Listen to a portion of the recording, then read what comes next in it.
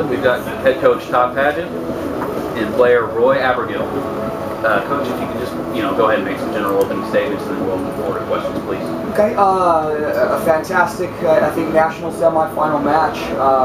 Charleston came out in the first 10 minutes, and goodness gracious, they absolutely looked like the best team in the country. They were nothing short of brilliant. I thought after they scored the goal, really about 15 minutes into that first half, I thought we'd settled things down a little bit. I thought we started playing our style, and I thought we looked very, very good and very dangerous. The majority of the first half was played in their half after the goal.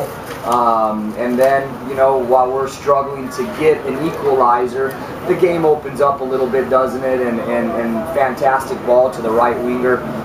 Number 32 makes a fantastic individual run and buries the second goal of the game. And against such a good side like Charleston is, you're always going to struggle coming back from that 2-0 deficit. But I thought the guys, they put their head down, they worked incredibly hard, they didn't give up. And I thought we were a little bit unlucky not to get at least one in that game. I'm completely comfortable saying I think the best team on the day won in Charleston, and we're very, very proud of what the team and what the program accomplished this year, and we'll make every effort to be back here next year.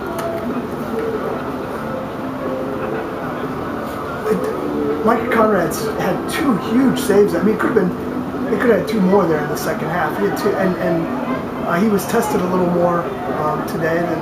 Can you just talk about his play a little bit? Yeah, I mean, Mike Conrad's has been a staple for us in the net all year.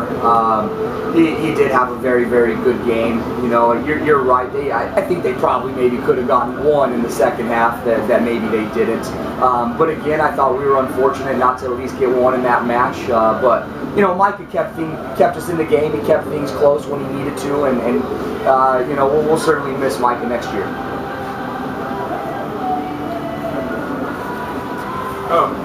This is my first time that I actually covered D2 Asia, covered pro national teams. There was a noticeable size difference on the field. Do you guys face that game in and game out when you play teams of internationals like this?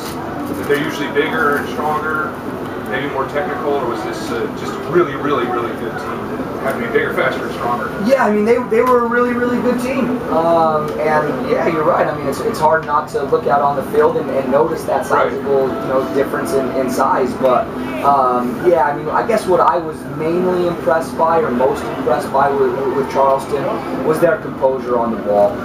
Their composure on the ball in 1v1 attacking situations was remarkable. And yeah, they were very, very good. There's no doubt about it. They're very technically gifted. It's not just size. Right? Very technically gifted. Yeah, player for player, everyone that stepped on the field was technically a very, very good soccer player. And follow up on that, do you think that size or strength difference might have been more of an advantage for them in the weather like it was? No, I don't think so.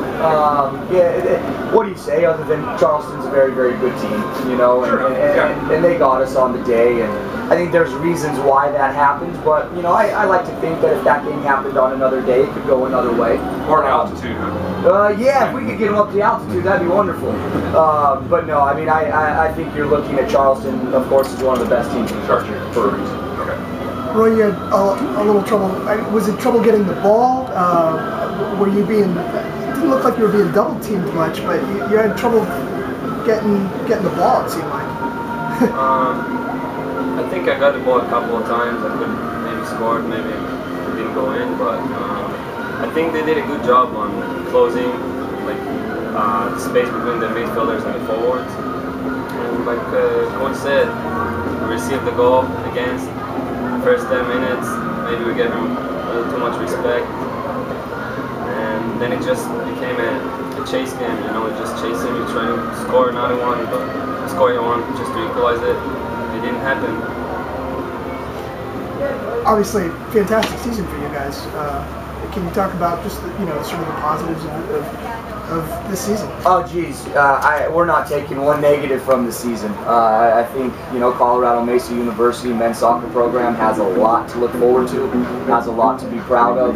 I guess the main point I would like to make is the influence that our seniors have had in the program, over the last 4 years. And for me, being a new coach this year, the respect, I think the trust that they gave me was fantastic. We're going to miss them tremendously, and I think we all need to, at Colorado Mesa Soccer Program, we tip our hats to our seniors because what they did was remarkable, and all we can say is thank you and I love you and we'll miss you. Thanks. Any further questions?